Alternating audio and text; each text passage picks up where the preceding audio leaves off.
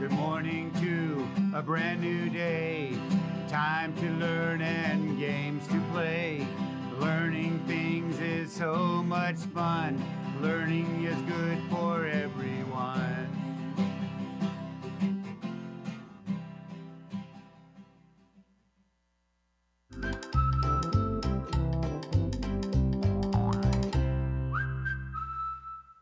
Good morning, fabulous first grade.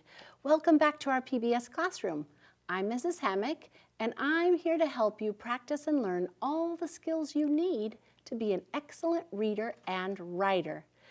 This is a brand new story called The Rooster Who Would Not Be Quiet by Carmen Agra-Didi. Has anyone ever told you be careful what you wish for? Have you ever heard that saying before? It means like you might want something really bad, but then you get it and it's not quite how you thought it would be. Well, that's kind of what happens to the people in this story in La Paz. They live in a very noisy town. Everybody's singing, the dogs, the roosters, the people, singing everywhere, on the street, in the shower, at school, and they can't even sleep. There's so much singing going on. So they fire the mayor and tell him to go, and then they hold a new election and they elect a new mayor who makes all kinds of rules. No singing at all, none. Even the teapots are afraid to sing. Well, it's not exactly what they thought it would be without all the singing. You might want to know how this story ends. You can check for this book on Sora or at your county public library. It's a really good one. There's some lessons to be learned here. I think you'll enjoy it. Hey, are you ready to see who is on our countdown in the top 2 position? Okay, let's see who's number 2 in our countdown on Sora. Oh, I wonder who it is. Ewing Eagles! Way to go, Ewing Eagles! You guys were number 1 last week and you're number 2 this week. And you've been on our chart for a few weeks in a row. You remember, Mrs. Hammock was a Ewing Eagle, kindergarten all the way to 6th grade. I'm so proud, Ewing Eagles. Great job. Hey, boys and girls, I'd love to send you an activity book. We have a whole bunch of them. And I have one with your name on it. All you need to do is send me a letter. You can write to me right here in our classroom. The address is on the screen, or you can send me an email and I will put one of these in the mail to you. But make sure you give me your address so I know where to send it, okay? Great, I look forward to reading your letters. All right, my friends, you know what time it is. It's time to train our ears for sound. Are you ready? All right, we're gonna play an isolation game. We played this on Monday. It's where we separate a sound. So I'm gonna tell you a word, and then I'm gonna ask you to listen to either the beginning or the middle or the end and tell me what sound you hear. You ready? Okay, so do you remember how it goes? Here's an example. Owl, owl. Do you hear the ow at the beginning of owl? Good. All right, so here we go. My word is mouth, mouth. What sound do you hear in the middle of mouth? Should we segment? Okay, ready? Ow, th. Ow, th. What do you hear in the middle? Ow, good job. Do you remember that sound? That's right. Okay, you ready for the next one? All right, how about the word out? Out. Let's segment. Out. What do you hear at the beginning of out? That's right. That's the ow sound. That's our target sound. All right, last one. Shout. Shout. What do you hear in the middle of shout? Sh. Ow. T. Did you hear it? Ow. Great job. You're getting really good at listening for that ow sound. All right, let's do some fluency and then we'll jump right into our word building and then we have a story to read. You ready? IGH says I. Oops. O-E says O. O-A says O. I-R says U-R says E-R says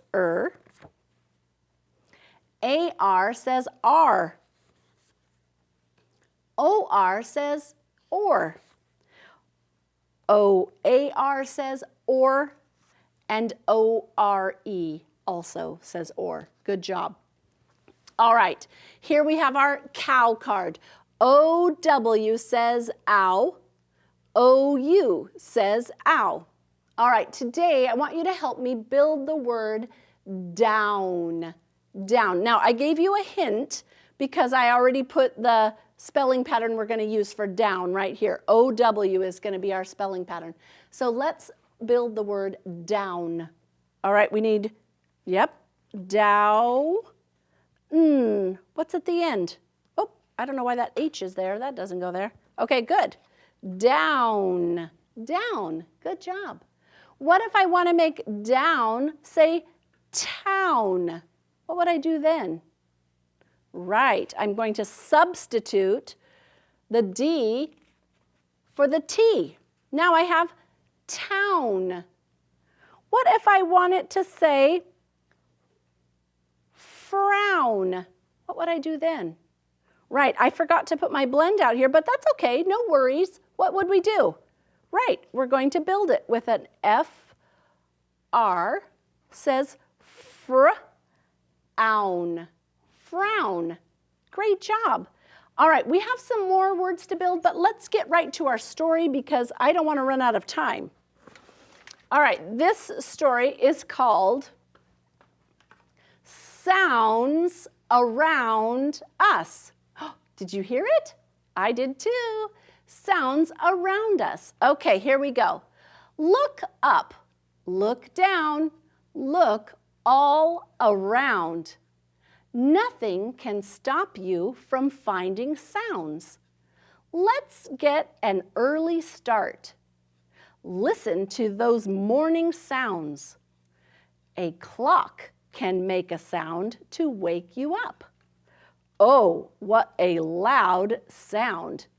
This might make you frown. It's nice to stay in bed.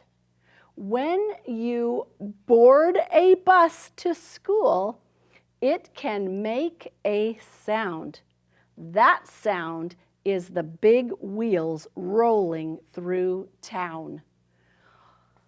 Did you see some of our high frequency words too? Isn't that great? That's why we practice. All right, so let's see if we can find some OU or OW words in our story. I heard them. Let's see if we can find them.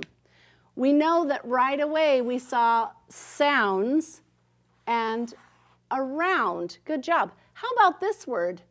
Yes, down. Good for you. And here's around again. And sound, yep, I heard you. Okay, shout it out. Let me hear you. What else do you hear? Do you see something besides sounds and around that we should circle? Oh, good. Frown. Very nice. And loud. Good job. Okay, let's see. Do you see another one? Oh, yes, town. I heard you. Good job.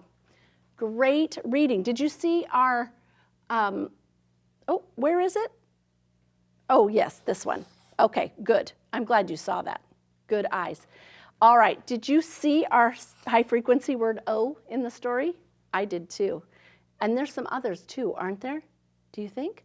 Oh yeah, we're gonna do this one today. Nothing. Great job. All right, I don't want to spend too much time because we need to get busy with our high frequency words. So here we go. We're going to do 2 words today, color and nothing. Let's spell color together. C-O-L-O-R, color. And let's spell nothing. N-O-T-H-I-N-G. I'm going to show you a little trick in case you're writing nothing because I taught this to my first graders and I thought it was so cool. Nothing. If you have nothing, what do you have? Nothing, right? Or know things. Isn't that cool? So no thing or nothing. Good job. This is left. There is left to eat. What do you think? Right, nothing left to eat. Her socks are not the same color. Good job. Very nice. Okay, now we're going to spend a little time on our structural analysis. Remember, we're adding ER and EST to the end of an adjective. An adjective is a describing word. It describes a noun. And so when we're adding an inflectional ending, even if it's the ED or ING, these spelling rules are the same for all of those inflectional endings. So we're going to review the two that we did yesterday and then add the third one. It says, drop the final E before adding. Okay, so before we add the inflectional ending, we need to drop the final E. So watch how that looks. Cute becomes cuter. I'm going to get rid of that E and I'm going to add the ER, cuter. Cute becomes, get rid of the E and add EST, cutest. Because we wouldn't have it this way, right? That would make an EE. And what does EE say? Right, it says east. That would say cute east. That doesn't make sense. So we have to get rid of that E, right? Now it says cutest. Good job. All right, the second rule that we talked about is when we are adding an inflectional ending, we need to double the final consonant. So here we have the word wet. Now, this is a short E, and we want it to stay that way. So that means to make it a short E, we have to double that consonant. Remember, whenever you see two consonants in a row that are the same, usually the vowel is short. So we need to add an extra T, and then we can add ER. So wet becomes wetter. Do you see how that looks? All right, here we have wet, and we're going to add the extra T so that that vowel stays short. Wet est. Yesterday was the wettest day of the year. Do you see how that works? Great. All right, so let's look at the last spelling rule. This is important to know because when you're writing, you want to spell them correctly. It says change the Y to an I before adding the inflectional ending. So here I have the word puffy. And before I can add ED, ING, ER, or EST, I have to change the Y into an I, and then I can add ER. So puffy becomes puffier. Yeah. And then puffy becomes, change the Y to an I, and add EST, becomes puffiest. How'd you do? Are you getting it? Good job. All right, my friends, come back and see me tomorrow. I have the second part of the story to read with you. Will you sing with me? Goodbye now, the clock says we're done.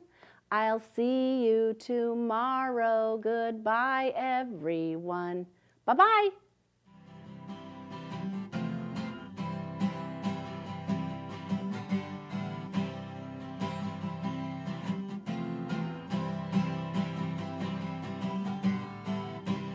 Good morning to a brand new day. Time to learn and games to play. Learning things is so much fun. Learning is good for everyone.